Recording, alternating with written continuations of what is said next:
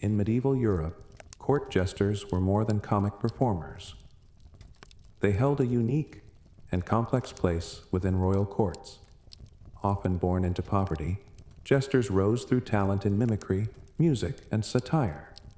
Their role was paradoxical, both entertainer and truth teller, both outsider and insider. While nobles played games of power, jesters used humor to speak difficult truths, often protected by the privilege of their position, yet always walking a fragile line. A poorly timed joke could mean exile or worse. Jesters served not only monarchs but the broader court, bridging class divides and offering relief from rigid hierarchies through laughter. Some were deeply educated, others were valued for physical comedy or clever improvisation. Their hardships were real: isolation, political risk, and the burden of always being on. Tonight, we'll explore their lives, not just the colorful myths, but the quiet realities behind the bells and laughter. The life of a medieval jester often began in humble and difficult circumstances. Many were born into poverty or marginalized communities, with little promise of security or comfort. Their daily existence involved physical hardship, traveling long distances on foot or by rough horse through muddy roads, enduring cold winds, meager meals, and cramped lodgings. The sounds surrounding them were the clatter of wooden carts, the murmur of distant markets, and the crackling of hearth fires, mixed with the ever-present scent of smoke, earth, and worn leather. These sensory details framed a life lived on the edge of survival. Socially, jesters occupied a unique and complex position. They were neither fully part of the noble court nor fully accepted by common folk. Often seen as outsiders, they navigated a precarious boundary between classes, using humor and wit to engage both high and low. Yet beneath the laughter lay isolation. Jesters concealed pain and vulnerability behind their playful masks, for their survival depended on maintaining favor in an environment where a misstep could lead to ridicule. Or worse, their role was deeply political as well as performative. A jester's sharp tongue and satire allowed them to speak truths that others could not, acting as informal advisors to kings and nobles. However, this power was fragile and dangerous, requiring careful balance amid shifting alliances and rivalries. Despite these challenges, the resilience and unique skills of jesters allowed them to bring light and meaning to their difficult lives. Tonight, we invite you to step quietly into their world, to witness both the hardships they endured and the subtle strengths they embodied. A world where laughter was both a shield and a gift. Part 1: From Commoner to Court Jester. The wind smells of apples and straw. You stand barefoot in the orchard, where late summer sighs through the golden leaves. The grass beneath your toes is cool with morning dew, and your breath curls gently in the air, even as the sun begins to rise over the soft hills. You hum a little tune, something old, something your mother used to sing while peeling turnips, and you twirl once, lightly, like a leaf catching a breeze. The world is quiet here in your little village, a handful of cottages with thatched roofs, a crooked chapel, a dusty path leading nowhere in particular. And yet, even here, your laughter echoes loud. You've always been different, born of soil and sweat, yes, but with fire in your bones and mischief behind your smile. As a child, you'd mimic the priest's sermons with uncanny precision, drawing gasps and giggles at once. You'd tumble from haylofts, walk fences like tightropes, juggle eggs with mixed success, and compose silly rhymes about the baker's balding head. People would grumble, then chuckle, then cheer. Lauder follows you, unbidden. It's your oldest friend. On the day the nobleman arrives, a duke's cousin, or perhaps a baron. It doesn't matter. You are dressed in nothing more than patched breeches and a crown of dandelions. The harvest festival is in full bloom. Roasted squash, warm cider, little boys with painted wooden swords. You take center stage in the muddy square without asking, balancing on a barrel as fiddlers play, dancing with wild, absurd abandon. You recite verses about chicken thefts and lost trousers. You leap, tumble, jest, and you feel it for the first time, not just delight, but attention. Real, lingering, thoughtful attention. He watches you with the careful eye of a man who sees value where others see noise. By dusk, you're summoned. His words are clean and smooth like river stones. You have talent, he tells you, and the court has need of levity. He offers no promises, only passage and opportunity. So you pack your few things: a wooden flute, a lucky stone, your mother's kerchief, and before you even understand how fully your world is changing, you are on the road. The journey to the capital is longer than you'd imagined, and stranger.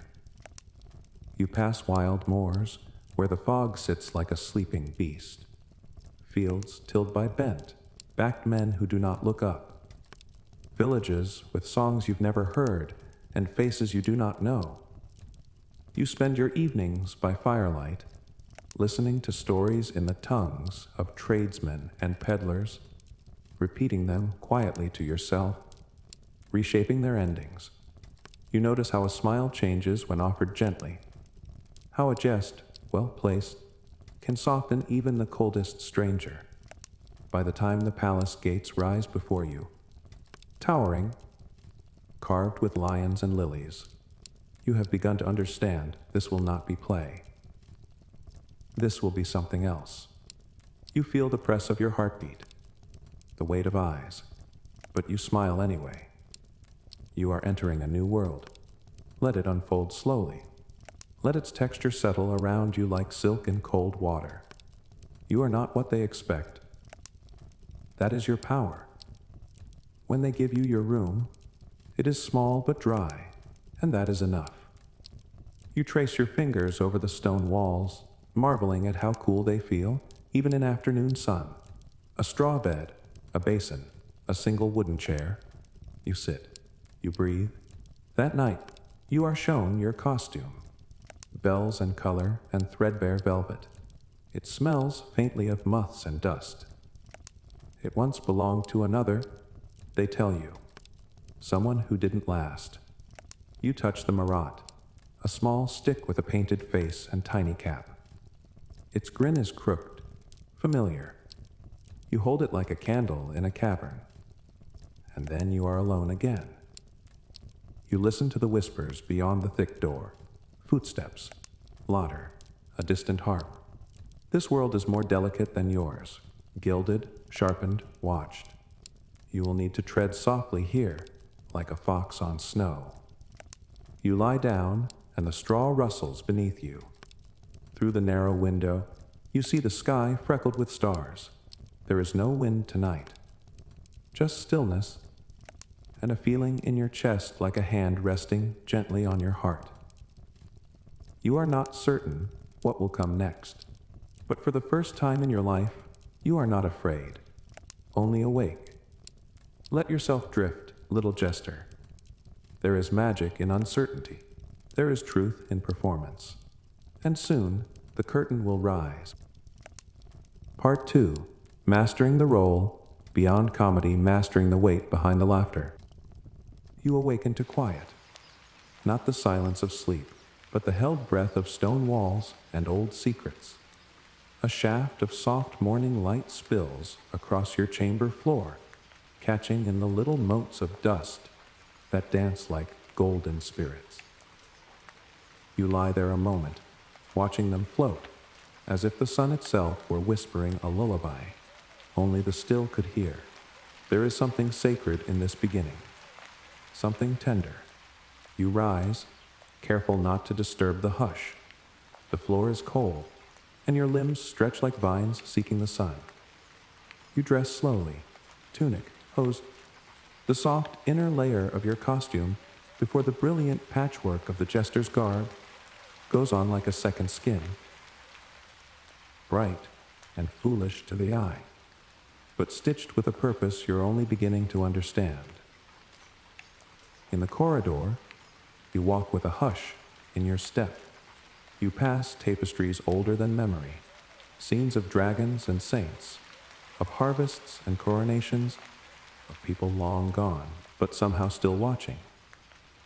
Your first days are spent in shadow. You are not yet part of the rhythm, only watching the music play out from the wings. You observe the courtiers, painted lips and powdered faces, always circling like swans with secrets under their feathers.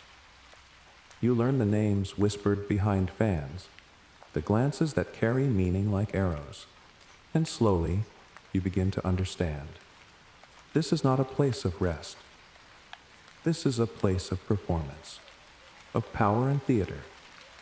And you, the jester, are expected to dance along the razor's edge of both. They think you are here to amuse, to be the fool. But beneath the bells and velvet, you feel something awaken. Not foolishness, but sharpness. Satire, a quiet kind of sword that gleams only when needed. You study the others, the way Sir Ansel sneers when he thinks no one sees, the way Lady Corinne counts every ruby on her neighbor's collar. You gather these things like pebbles in your palm, small and weightless until thrown just right. The steward brings you to the master of jest, a thin, bent man named Tomlin, who once made 3 kings laugh and 2 cry. He trains you not with jokes, but with silence. Don't speak until the room begs you to, he tells you. And when you do, say what no one dares to, but cloak it in color, in rhythm, in jest. If they laugh, you win. If they frown, you still win. But only if they hear the truth in it. You begin to learn the art of timing, of letting a silence stretch just enough to make hearts flutter. You learn the rhythms of the lute, the ways a single note can tease or soothe. You learn mimicry, not just of voices, but of thoughts, to twist a noble's opinion into his own reflection and watch him nod as though it were his idea.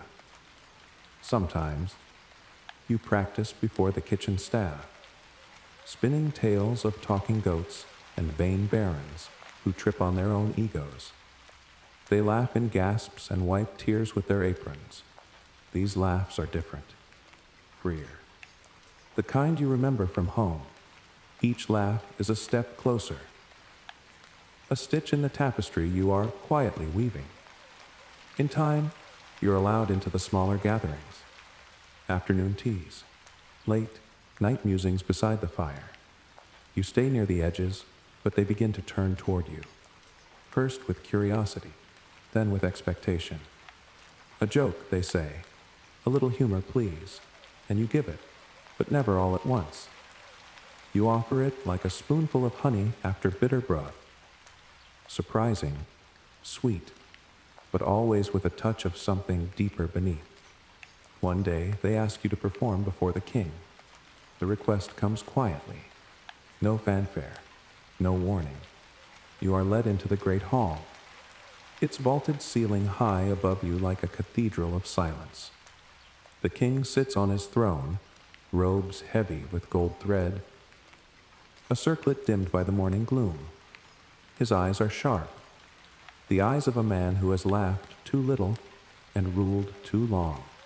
You bow low. You do not speak. Instead, you let your body say the first words, a stumble, a look of confusion, a glance at the crown as though it were misplaced, a small, deliberate trip, a beat of stillness, and then a pause, a word, a phrase, a story about a kingdom ruled by a talking dog, about ministers who chase their own tails and whisper secrets into empty jars. The courtiers giggle. The pages smirk. The king does not smile, but he listens. And when your performance ends, after your last bow, after the final ring of the bells on your cap, he lifts his hand, just slightly, and speaks your name. You are known now. You have stepped into the circle of flame. Laughter is not weakness here. It is permission. It is prophecy. And you, Jester, are becoming something more. You return to your room that night with silence in your bones. Not fear, not triumph, just a quiet stillness that hums beneath your skin. Outside your window, the wind carries the scent of crushed lavender and wood smoke. A lantern flickers in the distance. Somewhere, someone plays a low tune on a harp, and it curls through the stone halls like a dream not yet spoken aloud. You press your marat to your chest. Its painted face looks up at you, wide-eyed and grinning, as if it too feels the shift. You have made them laugh. But more importantly, you have made them listen. Part 3 say trusted advisor through humor. The weight of your smile, the truth in your jest. The days pass like painted leaves, drifting down a slow, moving stream. No longer are you only a shadow at the court's edge. Now, your name is spoken before meals, your entrance greeted with lifted brows and tilted smiles. Servants curtsy, nobles raise their goblets. You, the jester, once a child with calloused feet and smoke, stung eyes, now glide through marble corridors where kings and queens once walked in reverence. You are still dressed in motley, yes. Still wear the cap with its soft bells, still carry your marat with its carved face, chipped and loyal. But something inside you has shifted. They do not laugh at you now. They laugh with you, and sometimes, after the laughter dies, they listen. You begin to understand your place more clearly. You are a mirror, yes, but one angled carefully. You reflect the world back to them in safer colors, in rhythm and rhyme. You say what others dare not, hidden in riddles or songs. And when no one else can speak the truth, you do. You notice the weight of the throne pressing more heavily on the king's shoulders. In meetings, his eyes drift. His words shorten. He seems distant even as the room swirls around him in golden robes and honeyed speech. At supper one evening, he makes a misstep. A jest about the duke's faltering harvest, too sharp, too public. The air grows tight, eyes dart, fingers tighten around goblets. So you speak, lightly, a line about how even the most royal soil forgets its manners in drought. A smile, a tilt of your head. The courtiers laugh, gently at first, then more freely. The tension dissolves. Later, as candles melt to puddles and the room thins, the king finds you near the hearth. He says nothing at first. Simply sits, crown off, robe loosened. Tell me, fool, he murmurs, what do they think of me when I am not in the room? You do not rush to answer. You turn your marat to face him and speak through it instead. They think your grace walks like a man made of iron, but rusts like anyone else. The king chuckles, not from the belly, but from somewhere behind his ribs. That's the truest thing I've heard all week, he says. And then he asks if you'll walk with him. So you do, out beneath the arches, where ivy clings to stone and the stars forget to blink. You walk side by side in silence. You, a child of muddy fields. He, a man born beneath banners and bells. And yet somehow your steps fall into rhythm. Two souls, unequal in birth, but not so distant in wariness. In the days that follow, you are summoned more often, not only for banquets or feasts, but for counsel, private words in garden alcoves, whispers behind drapes. You are the only one permitted to laugh in the king's presence when his mood is darkest. And sometimes, that laughter is the only thing that saves him. The queen calls you, the velvet thorn. You smile at that. You find yourself seated beside generals, hearing of distant wars and quiet rebellions. You speak little, but when you do, it is with the voice of a fool, which, paradoxically, they listen to more keenly than a scholar's report. Your words are harmless, they believe. But you know better. You've learned how to braid truth into jest so tightly that none can pull the two apart. You've watched powerful men shift in their seats when your riddles brush too close to their secrets. You've seen pride deflate like a wineskin pricked with the needle of humor. And still, they invite you. Because the fool sees all. Because you are the one soul in the room who cannot be accused of ambition. What would a jester do with power, after all? What does a man want who already has the freedom to say what he pleases, dressed in bells and laughter? Sometimes, you sit alone by the window at dusk, looking out over the kingdom. The fields beyond the palace seem so small from here. A child's sketch of green and brown and thatch. You think of your mother's hands, always busy. Of the smell of wet wool and boiled roots. Of laughter around a fire that had nothing to do with court or consequence. There's an ache in that memory. No regret. Not longing. Just a quiet remembrance of softness. And still, you remain here, because here you can do something rare. You can speak the truth without being punished. You can soften cruelty, coax kindness, delay cruelty with a well-placed pun.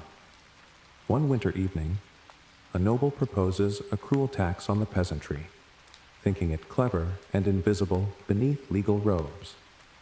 You leap into the room, singing a tune about a goose who taxed the ants for each crumb they carried. By the end of the verse, the noble is red-faced, and the council laughs him into retreat. No decree was passed that night.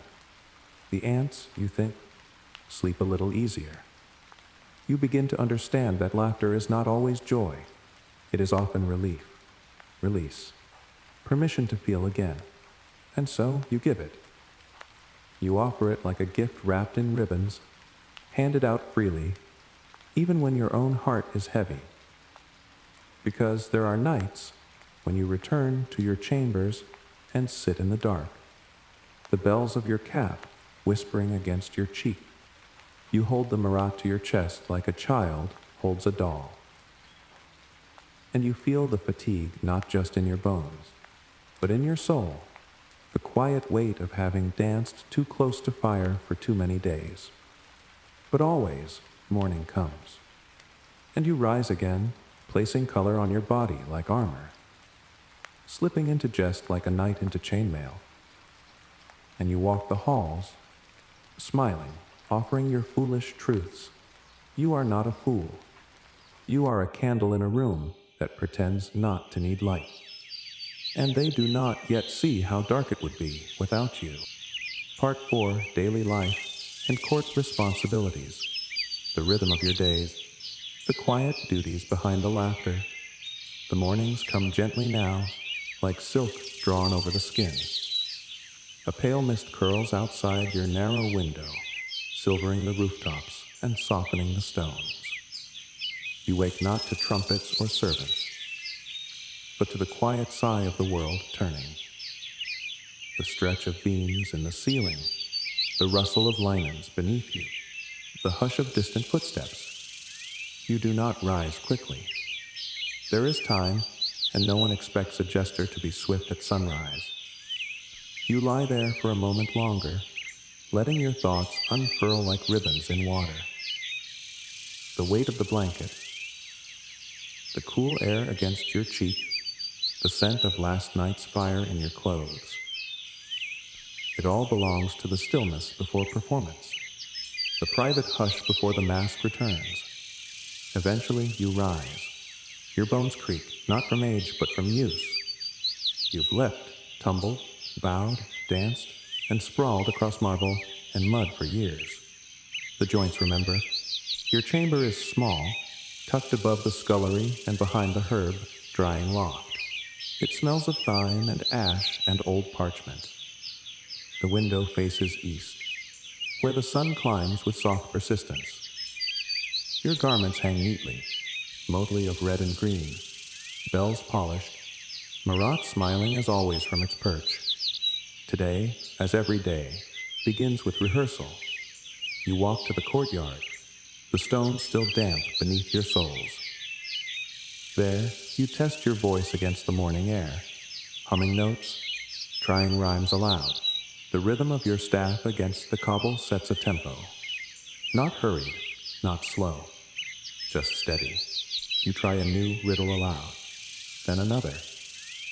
You mimic the bishop's pompous sigh, the steward's waddling pace, the queen's falcon-like tilt of the head. Not cruelly, just precisely. Your memory is your tool, your tongue, your trade. Before long, a kitchen boy appears with a boiled egg and half a heel of bread. You thank him with a song about an egg that rolled away and founded its own kingdom. He grins, teeth crooked as a lute's tuning pegs, and runs off, still laughing. After breakfast, you gather your props, carved masks, feathers, strings, bones, bits of glass, and make your way through the castle. You move like water around obstacles. Past nights discussing saddle sores, past maids humming lullabies, past guards who nod at you with the faintest curve of a lip. You are the jester. You belong everywhere and nowhere. Sometimes you eavesdrop. Not cruelly, never to betray, but to know.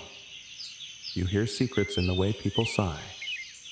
You learn who is nursing heartbreak, who lost sleep to worry, who feels unseen. And you remember, because later, when you're juggling apples in the hall, you'll know just who to toss one to with a wink. And when you sing your verses during the banquet, you'll know which tale will ease which heart. By midday, you are expected in the great hall, not to perform yet, but to watch. You perch on the carved armrest beside the king's throne, or lean casually near the tapestry, Marat tucked behind your back. Your eyes scan every guest, every clink of goblet, every stiff smile, every furtive glance. You see the courtiers as a painter sees a landscape, rich with layers, shadow-like. If something seems off, if a noblewoman wears the wrong crest, or if the ambassador from the north avoids the fish, you note it. And later, you weave it into a limerick or a sly pun. It disarms them, or reveals them.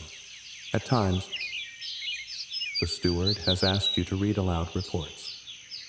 Not because you are needed, but because you make dry words bearable. You turn inventories into poems, war updates into dark jokes. It is absurd, and somehow effective. And when there is nothing to do, you write. In your tucked, away scroll book, you chronicle the court in verses and sketches. You record who danced with whom, who cried when drunk, who tried to bribe the falconer. You draw the castle as a theater, nobles as masks, walls as curtains, fate as a drumbeat beneath it all. You do not write for history. You write to remember, to prove to yourself that you were here and that you saw. Evening comes slowly, like ink spreading across a parchment sky. Candles are lit. Tables are set. The kitchen swells with the scent of roasted meats, honeyed roots, fresh bread, wine. You wash your hands, straighten your collar, secure the bells on your wrists. The performance begins. Sometimes it's a short tale, a fox who wanted to be a lion, or a hen who married a knight. Sometimes you juggle or tumble, your limbs moving with fluid grace that makes even the old ladies gasp. But often now, They ask for songs, so you sing. Your voice is not grand, not trained like the choir boys, but it is honest. It carries the weight of someone who has seen joy and sorrow in equal parts, who knows how to make a melody bend like a knee, bow like a servant. You sing of rivers and riddles, of lost loves and clever mice. You sing of the moon over hayfields, of rain on old roofs, of the tiny heartbreaks that make life feel real. And always, the hall softens. Nobles loosen their shoulders. Servants pause to listen. Even the king, tired as he often is, smiles more easily with your voice in the room. After the final bow, when the applause fades like waves pulling back from shore, you walk quietly through the halls. You visit the laundry mistress, who always has a kind word. You check on the stable boy's bruised wrist. You listen to the cook's story of the goose that refused to die. You tend the soul of the castle in small ways. And then, long after midnight, you return to your chamber. You set down the marat, remove the cap, untee the bells. Your hair smells of roast duck and lavender oil. Your fingers ache from gesture, from expression. But your heart, it is full. You light a single candle, sit cross-legged on the floor, and you write again. A single line, "Tonight, the Countess wept during the story of the shoeless prince." You pause, smile faintly. Another line, "No one noticed." But I did. You blow out the flame. Darkness settles like a soft blanket. This is your life, 1,000 small kindnesses beneath the laughter, a rhythm of presence in a world that rushes past. Part 5. Bridge between classes. You walk between silks and soil, laughter tying the world together. You wake to birdsong. Not the dainty trills of palace finches, but the full, bodied cry of crows beyond the walls. Voices rough with dawn and dirt. You recognize them instantly. Country birds, like the ones that perched on the thatch of your childhood home, bold and clever. The scent of the morning is different today, not rosemary and wax, but dew on cartwheels, hay, sweet breath from nearby stables, a faint whiff of wool drying in the sun. You're not in your usual bed, not even in the castle. You've been sent to the village. Again, it's not a punishment. Far from it. The king trusts you to travel light and speak freely.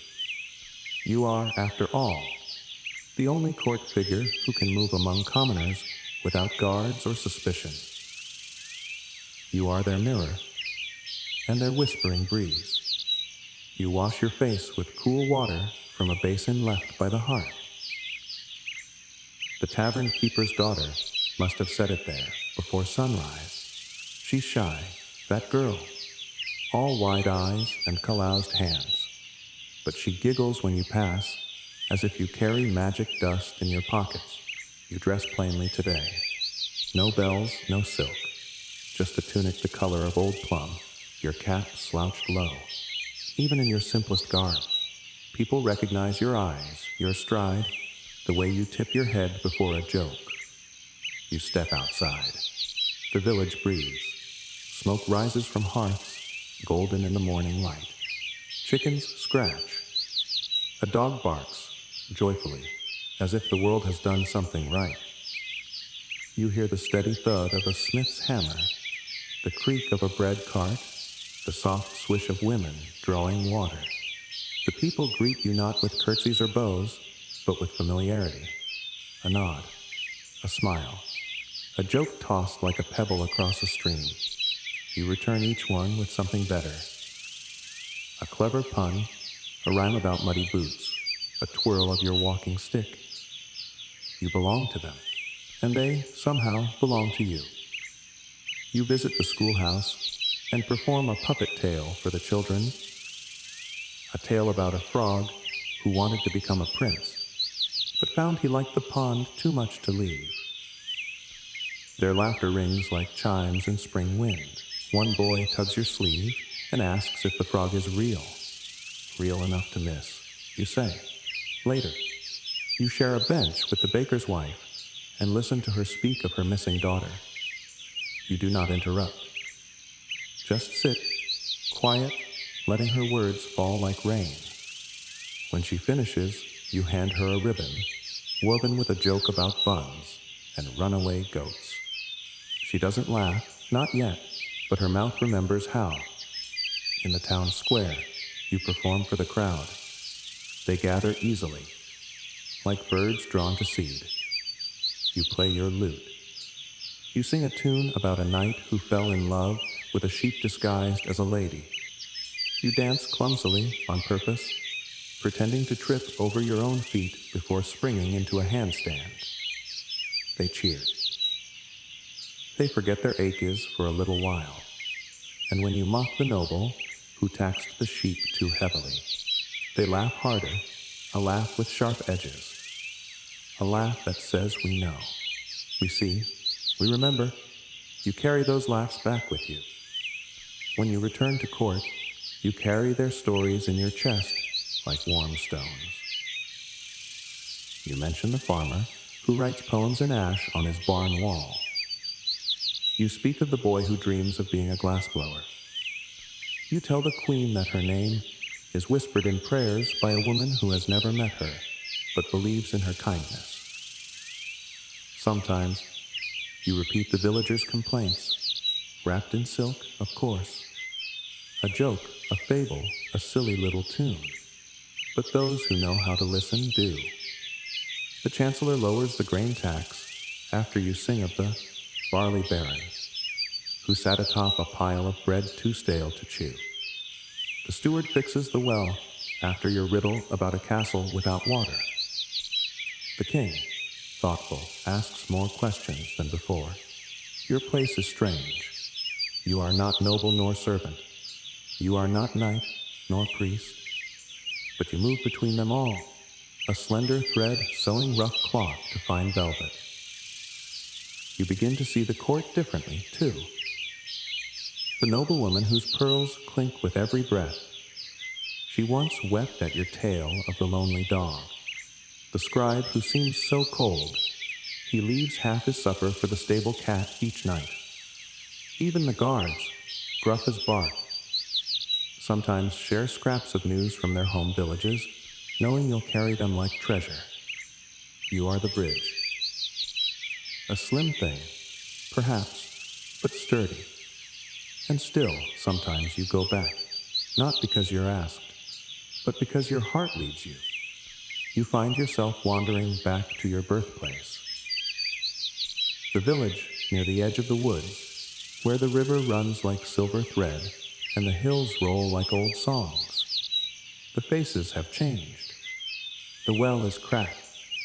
The field where you once practiced cartwheels is now planted with barley.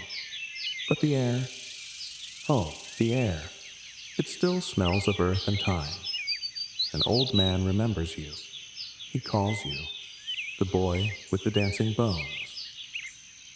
He gives you a crust of cheese and slaps your back with a kind of joy that cannot be faked.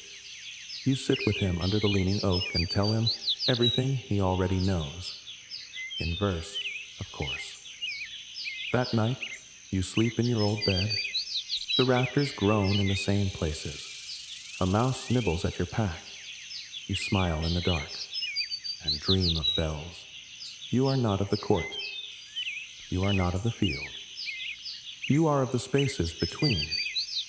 The laughter that crosses bridges and the silence that holds them. Part 6 in risky and varied duties, you wear no armor. And yet, they send you to war.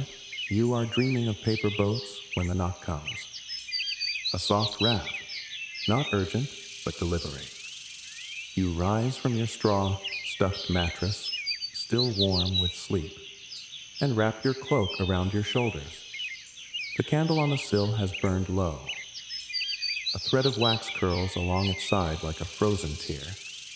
Outside, the night holds its breath. The messenger waits by the threshold, eyes downcast, lips sealed. He holds a scroll with a golden ribbon. royal seal impressed clean and deep.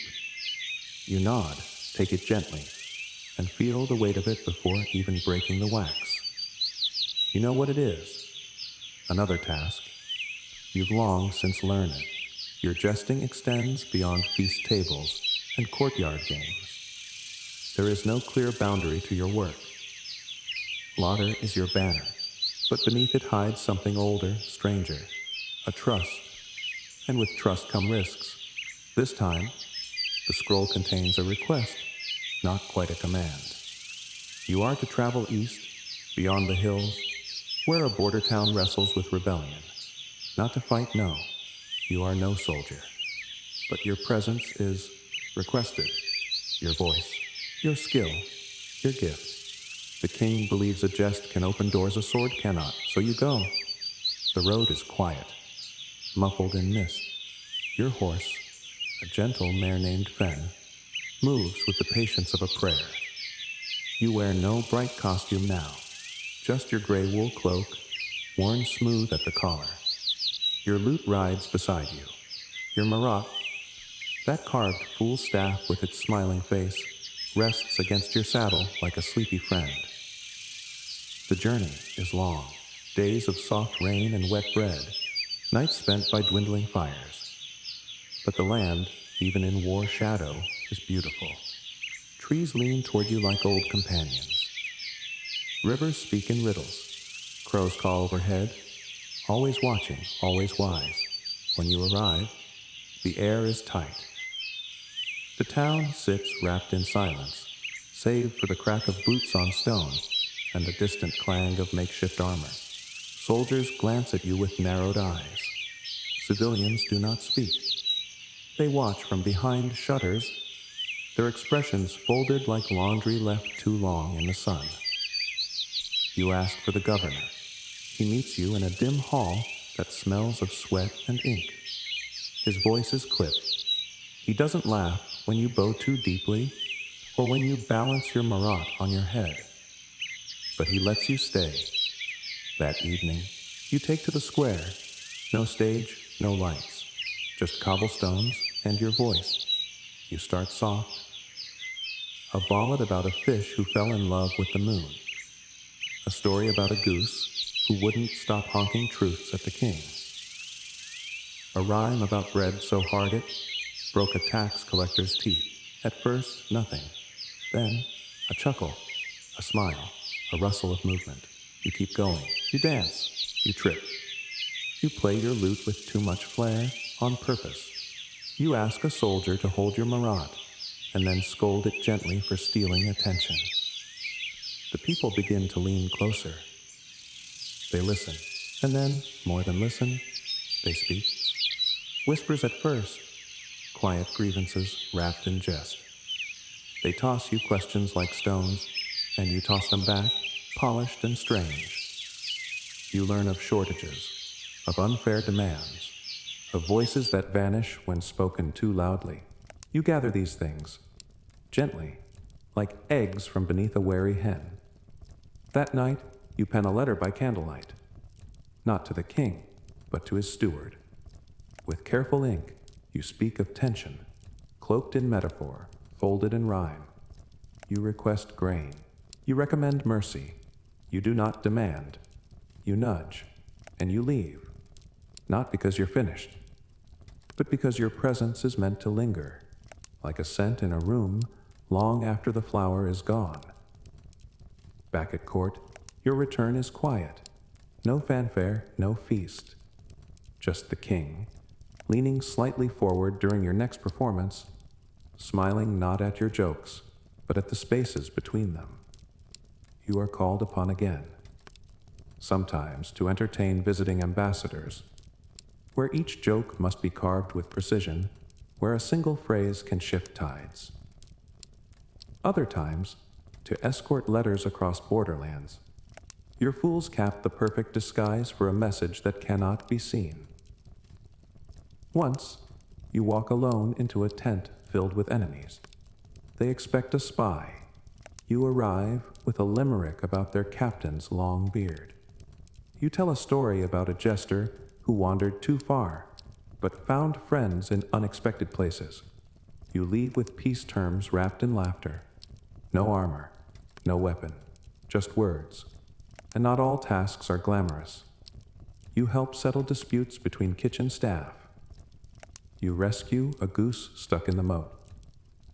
You translate a drunk knight's love letter into something less embarrassing. You soothe a crying prince by mimicking the sound of his favorite cat. This is your life, a strange blend of sacred and silly. But sometimes, in the quiet moments, you wonder, what is the cost? Your jokes are shields. Your dances, distractions. You see much, too much perhaps. The lies, the loneliness, the faces behind masks, the moments that pass unspoken. You carry it all, and there are nights, only a few, where you lie in your chambers, staring at the rafters, and wish to be unseen, unheard, unknown. But then morning comes. A child in the courtyard calls your name. A cook leaves an extra fig on your plate. A letter arrives, thanking you for peace you never claimed. And you rise, not because you're certain, but because someone somewhere needs a jest to breathe easier. And you are the jester. You wear no crown, but your voice carries like wind. You fight no war, but you walk through them unarmed. You change nothing, and somehow everything. As the flickering candles of courtly halls dim, and the murmurs of laughter soften into memory, you find yourself stepping slowly away from the center of the stage. The jester's journey, woven through years of laughter and hardship, light and shadow, reaches its quiet close. Beneath the bright motley and jingling bells lies a life rich with paradox, a life that danced on the edges of power and poverty, belonging fully to neither, yet shaping both. Your footsteps grow lighter as the clamor of the court fades behind you, replaced by the gentle hum of countryside evening. The crisp air carries the scent of wood smoke and wild herbs, the soft rustle of leaves whispering stories long past. In this quiet, you can breathe in the weight and wonder of the path you have traveled. Your role was never simple. As jester, you bore the fragile burden of truth hidden in jest, wielded your sharp wit as both shield and sword, and balanced delicately between worlds divided by birth and rank. The laughter you sparked eased tension and opened hearts, even as the same laughter masked your own loneliness and uncertainty. Each jest was a step across an invisible line, a risk taken to survive, to speak, to be seen. You bridged divides that seemed insurmountable, between noble and commoner, ruler and ruled, hope and despair. In a time of rigid social orders and harsh survival, your voice cut through the weight of silence, offering reflection wrapped in humor.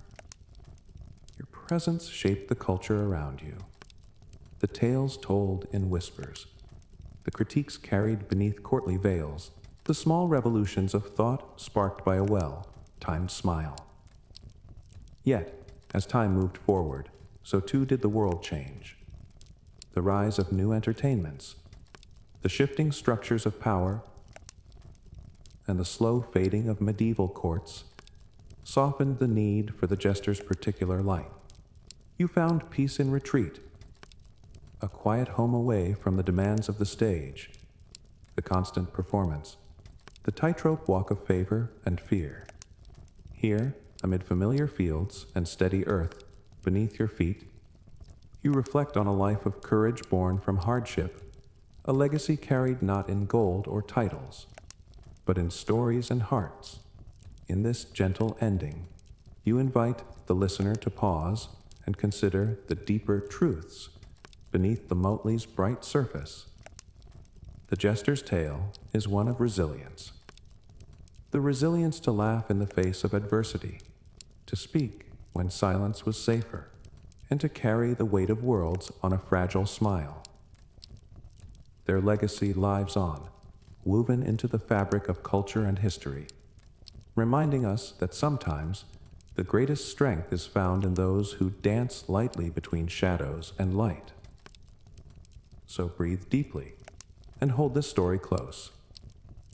A meditation on courage, humility, and the enduring power of laughter to heal, connect, and transform.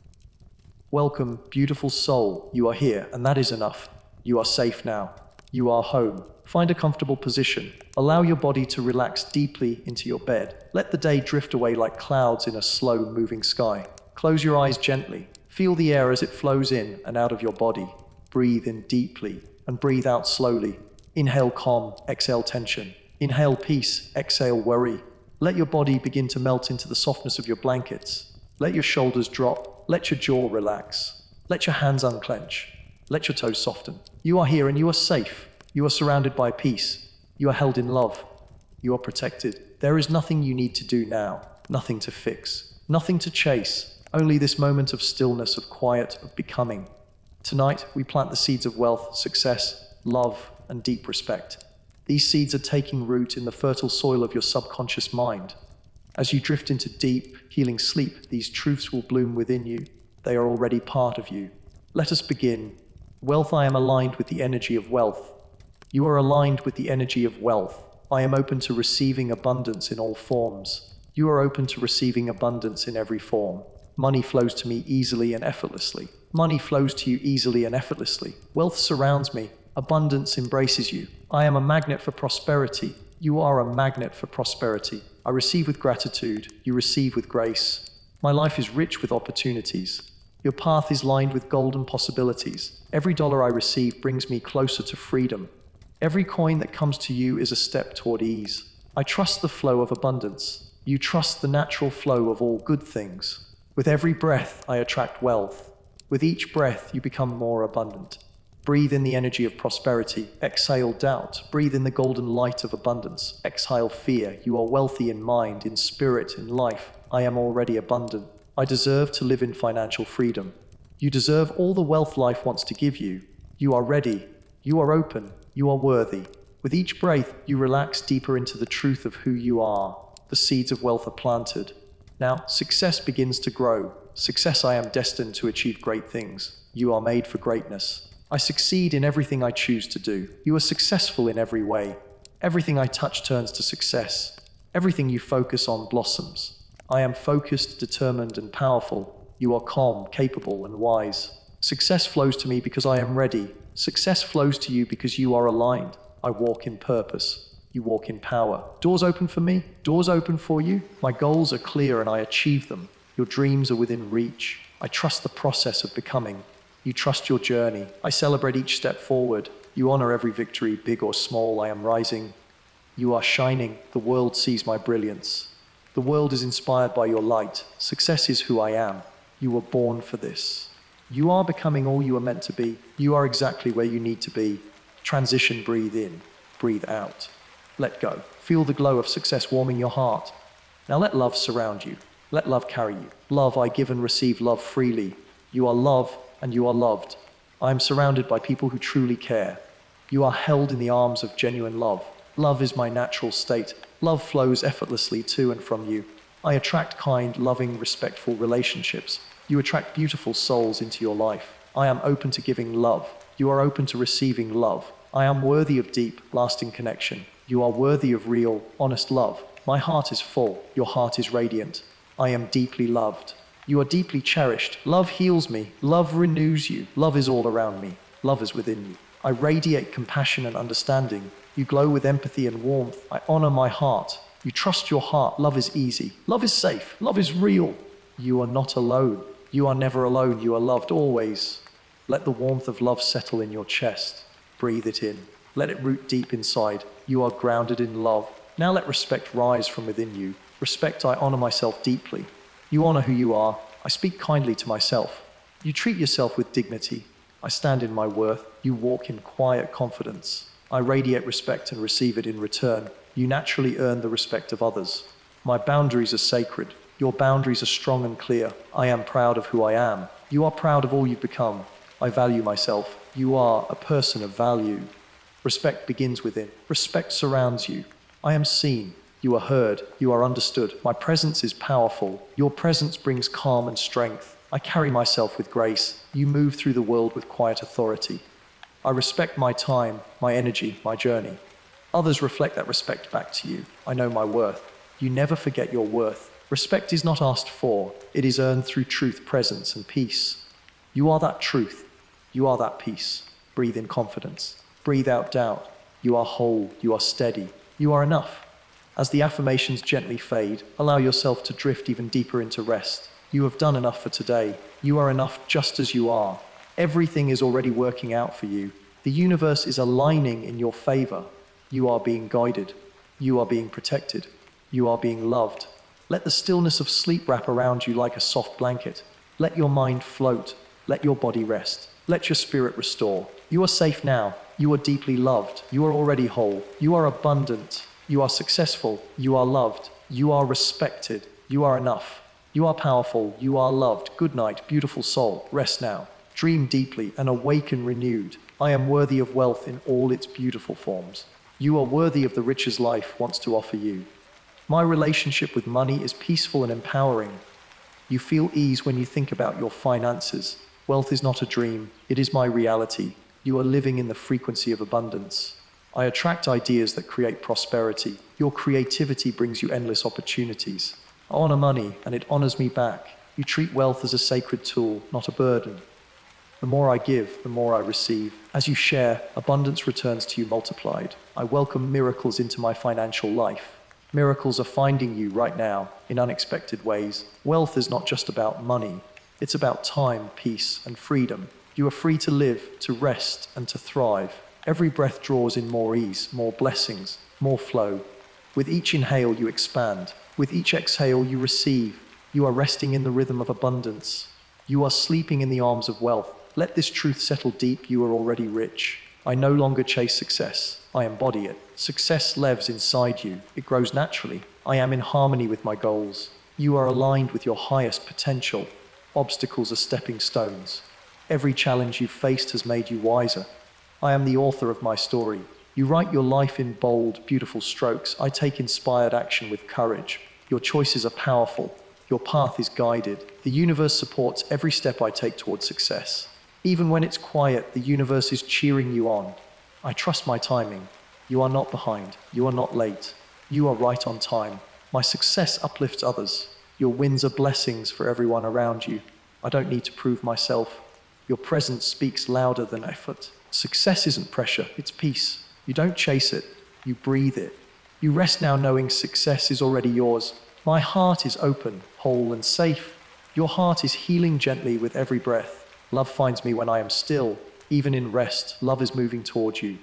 I am surrounded by warm, supportive people. You draw in relationships that nurture and uplift you. I release past wounds and make space for new love. Old pain is dissolving, replaced by soft new beginnings. I attract love that honors my truth. You are loved for exactly who you are. I am lovable in every season of life. You are enough, without changing a thing. My soul recognizes real connection. Your spirit calls in only what is true and kind. I forgive those who hurt me. Forgiveness makes space for more love. I hold no fear of love, only gratitude. You trust the flow of affection, closeness, and care. Love is not something I search for. It flows through me. You radiate love in every word, every smile, every quiet moment. You deserve soft, steady, sacred love, and it is already on its way. I am deeply rooted in my self-worth. You carry yourself with silent power. I don't need to be loud to be heard. Your calm energy commands attention. I honor my voice and speak with confidence. Others listen because you believe in yourself. Respect begins with how I treat myself. You are setting the tone for how others treat you. My self-respect builds unshakable boundaries. Your space is sacred and you protect it gently. I release the need to please. You are not here to shrink or be small. I choose relationships where I am valued. You walk away from anything that dims your light. Respect flows from authenticity. You are most respected when you are most yourself. There is strength in my stillness. You don't need to prove anything. Every day, I show up as someone I admire. You become someone your younger self would be proud of. You are not just respected, you are deeply admired. Now, picture yourself walking through a field under a golden sky. Everything is quiet. Everything is gentle. The world is at peace. You feel the earth supporting you under your feet. The sun kisses your skin. The breeze whispers you are loved. In this moment, all things are possible. Repeat softly in your heart, I am open, I am ready, I am worthy, I am aligned with wealth, I am flowing in success, I am wrapped in love, I am honored and respected. There is no need to try, there is no need to reach, just rest. Let the affirmations carry you now. I am abundant, I am becoming, I am growing, I am evolving, I am receiving, I am safe, I am whole, I am loved. Let your body sink even deeper into rest. Let your breath slow, let your spirit stretch. You are cocooned in peace. You are not alone. You are never alone. All is unfolding. All is already on its way. You are the seed. You are the soil. You are the sun. You are the bloom. Rest now, beloved. In these last few moments of awareness, feel your entire being soften. There is no need to think, no need to plan. Just drift. You are being guided, softly, gently, into the version of life you have always dreamed of. You are the dream. You are the answer. You are the gift. Everything you want is already within you. Everything you desire is already circling your field. Everything you need is already coming. Breathe in love, breathe out peace, breathe in trust, breathe out fear. Tonight is a turning point, a quiet, powerful shift into alignment. When you wake, you will carry this energy with you. But for now, sleep deeply, sleep peacefully, sleep knowing you are enough, sleep knowing you are loved, sleep knowing that you matter. Good night, soul of light. Good night, heart of gold. Good night, abundant one. You are safe. You are loved. Now let yourself drift even deeper. There is no urgency here, no pressure, only breath, only being. You are gently sinking beneath the surface of the day, floating in calm waters of peace and restoration. With every breath, you release more. With every breath, you remember who you truly are. You are not broken. You are becoming. Let the following affirmations drift in like soft waves. You don't have to hold on to them. Just let them wash over you. I am not separate from abundance. I am abundance. You are not seeking wealth. You are living it. Everything I touch is infused with prosperity. Your energy turns ideas into gold. My wealth is spiritual, emotional, and material. You are full in heart, in mind, in life. Money honors me because I honor myself. You attract what respects you, and you respect wealth. I let go of scarcity. You release all stories of lack. I am a creator of value. You are a channel through which wealth flows freely. The universe always provides. You are deeply supported by life itself. You are rich in all ways that matter, and those riches grow with ease. I define success on my own terms. Your journey is your own, and it is unfolding perfectly. I rise with grace. You are lifted by your inner strength. My path is clear, even when I cannot see it. You trust the road beneath your feet. I celebrate how far I've come. You honor every version of yourself that brought you here. Success is not a destination. It is a state of being. You live it. You breathe it. Each breath, a choice to thrive. Each moment, an invitation to grow. I lead with purpose. You are driven by your own soul's compass. The world needs what only I can offer. Your gifts are needed. Your voice matters. I am love in human form. You are the embodiment of tenderness and connection. I allow love to enter gently with no resistance. You are open. You are safe. Love is not a reward. It is your birthright. You do not have to earn love. You are already it. I let go of fear, shame, and doubt. You are no longer defined by past pain. I am worthy of lasting, nourishing love. You are held, not hurt, cared for, not used. Every part of me is lovable. You don't have to be perfect, just real. My love attracts peace. You bring harmony wherever you go. Love is not something you chase. It is something you rest in. I command respect through quiet confidence. You don't need to shout. You simply are. I walk with integrity and self-trust. Others follow your energy because it is real. Respect grows where truth is honored. You live in your truth effortlessly. I don't bend to please. You remain soft and strong, both at once. I am not afraid to take up space. You were never meant to shrink. Every part of me is worthy of dignity. Your existence is sacred. I respect my own needs, desires, and dreams. You live in alignment with your values. Others rise to meet the standard you set by being fully yourself. You are not only respected, you are revered. Now sink even deeper. You are not dreaming yet, but the dream is calling. Let these final truths wrap around you like a soft blanket of starlight. You are enough. You are divine. You are light. You are ready to receive. You are ready to rest. You are ready to remember who you've always been. Everything you are seeking is already seeking you. There is nothing to force. nothing to grasp. Just trust. The seeds are planted, the roots are growing. The bloom is inevitable. Your subconscious is alive with possibility. It is now reshaping your world gently, lovingly, powerfully. You are becoming more aligned with every breath, more magnetic, more whole. Picture yourself in a quiet forest. Tall trees surround you, ancient and wise. Their branches sway in rhythm with your breath. Above you, the sky glows with 1,000 stars. They blink just for you. The earth beneath you is soft, safe, and alive. It cradles your body like the arms of a mother. You lie back, you let go. You become one with the stillness. The moonlight bathes your skin. It whispers you are protected. You are eternal. You are at peace. This forest, this moment, this feeling, it is yours. Let the peace of the earth enter your bones. Let the stars tuck you in. Let sleep come.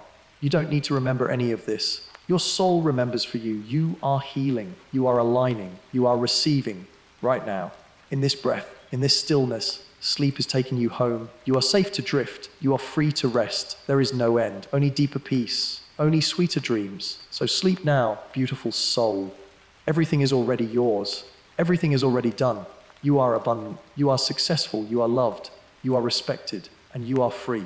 Good night. Sleep deeply. Sleep sweetly. Sleep in truth.